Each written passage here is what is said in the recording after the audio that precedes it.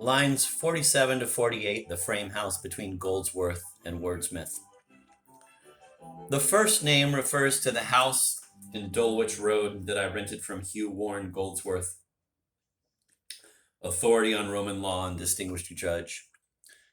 I never had the pleasure of meeting my landlord, but I came to know his handwriting almost as well as I do Shades.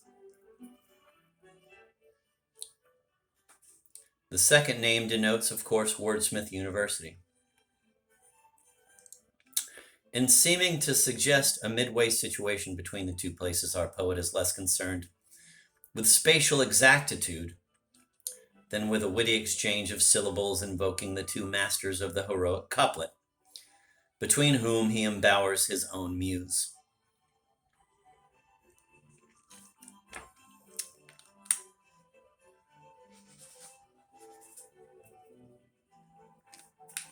Actually, the frame house on its square of green was 5 miles west of the Wordsmith campus, but only 50 yards or so distant from my east windows. In the foreword to this work, I have had occasion to say something about the amenities of my habitation. The charmingly vague lady, see note to line 691, who secured it for me sight unseen, meant well, no doubt, especially since it was widely admired in the neighborhood for its, quote, old world spaciousness and graciousness, end of quote. Actually, it was an old, dismal, white and black, half-timbered house of the type termed wadnagon in my country.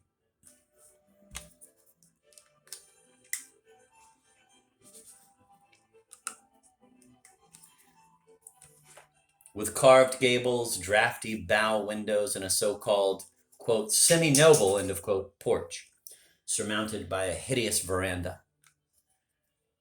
Judge Goldsworth had a wife and 4 daughters. Family photographs met me in the hallway and pursued me from room to room. And although I am sure that Alfina, 9, Betty, 10, Candida, 12, and Dee, 14, will soon change from horribly cute little schoolgirls to smart young ladies and superior mothers, I must confess that their pert pictures irritated me to such an extent that I finally I gathered them one by one and dumped them all in a closet under the gallows row of their cellophane-shrouded winter clothes. In the study, I found a large picture of their parents with sexes reversed, Mrs. G resembling Malenkov, and Mr. G, a Medusa-locked hag. And this I replaced by the reproduction of a beloved early Picasso. Earth boy leading rain cloud horse.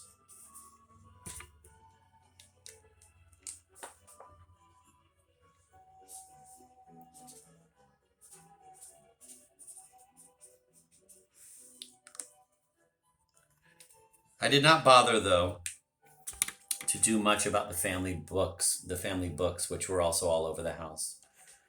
4 sets of different children's encyclopedias and a stolid grown-up one that ascended all the way from shelf to shelf along a flight of stairs to burst an appendix in the attic.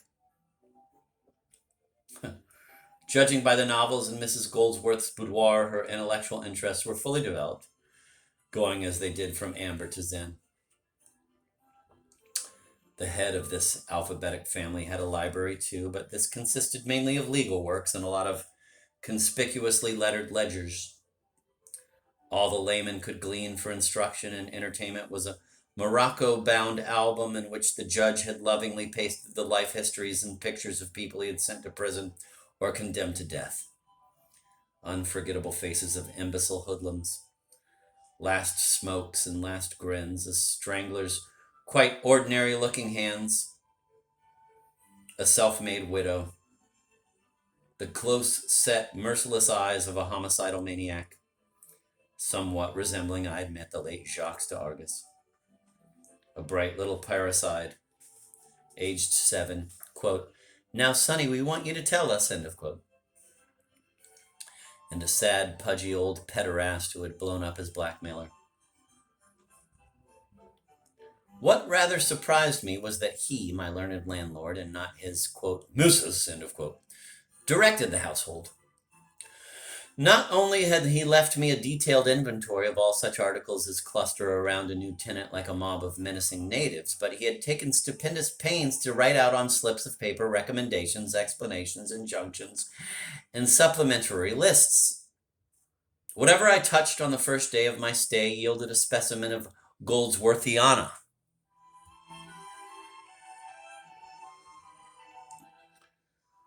I unlocked the medicine chest in the second bathroom and out fluttered a message advising me that the slit for discarded safety blades was too full for use. I opened the icebox and it warned me with a bark that, quote, no national specialties with odors hard to get rid of, end of quote, should be placed therein.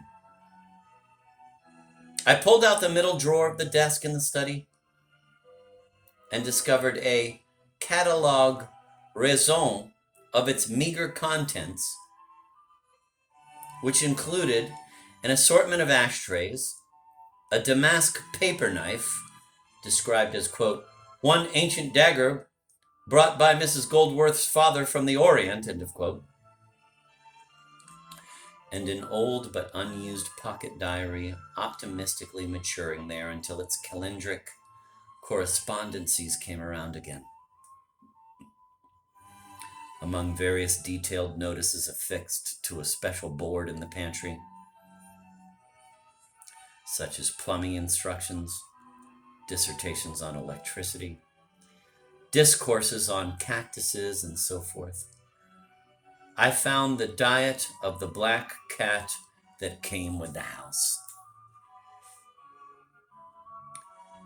Monday, Wednesday, Friday, liver. Tuesday, Thursday, Saturday, fish. Sunday, ground meat. All it got from me was milk and sardines. It was a likable little creature, but after a while, its movements began to grate on my nerves, and I farmed it out to Mrs. Finley, the cleaning woman. But perhaps the funniest note concerned the manipulations of the window curtains, which had to be drawn in different ways at different hours to prevent the sun from getting at the upholstery.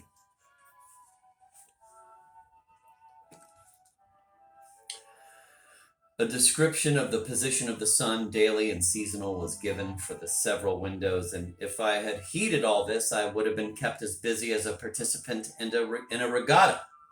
A footnote, however, generously suggested that instead of manning the curtains, I might prefer to shift and reshift out of sun range the more precious pieces of furniture, 2 embroidered armchairs and a heavy, quote, royal console, end of quote, but should do it carefully lest I scratch the wall moldings. I cannot, alas, reproduce the meticulous schedule of these transposals, but seem to recall that I was supposed to castle the long way before going to bed and the short way first thing in the morning. My dear shade roared with laughter when I led him on a tour of inspection and had him find some of those bunny eggs for himself. Thank God, his robust hilarity dissipated the atmosphere of damnum infectum in which I was supposed to dwell. On his part, he regaled me with a number of anecdotes concerning the judge's dry wit and courtroom mannerisms. Most of these anecdotes were doubtless folklore, exaggerations. A few were evident inventions, and all were harmless. He did not bring up, my sweet old friend never did, ridiculous stories about the terrifying shadows that Judge Goldworth's gown threw across the underworld, or about this or that beast lying in prison and positively dying of Ragdurst, thirst for revenge. Crass banalities circulating by the scurrilous and the heartless, by all of those for whom romance, remoteness, sealskin-lined scarlet skies, the darkening dunes of a fabulous kingdom, simply do not exist. But enough of this. Let us turn to our poet's windows. I have no desire to twist and batter an unambiguous apparatus criticus into the monstrous semblance of a novel.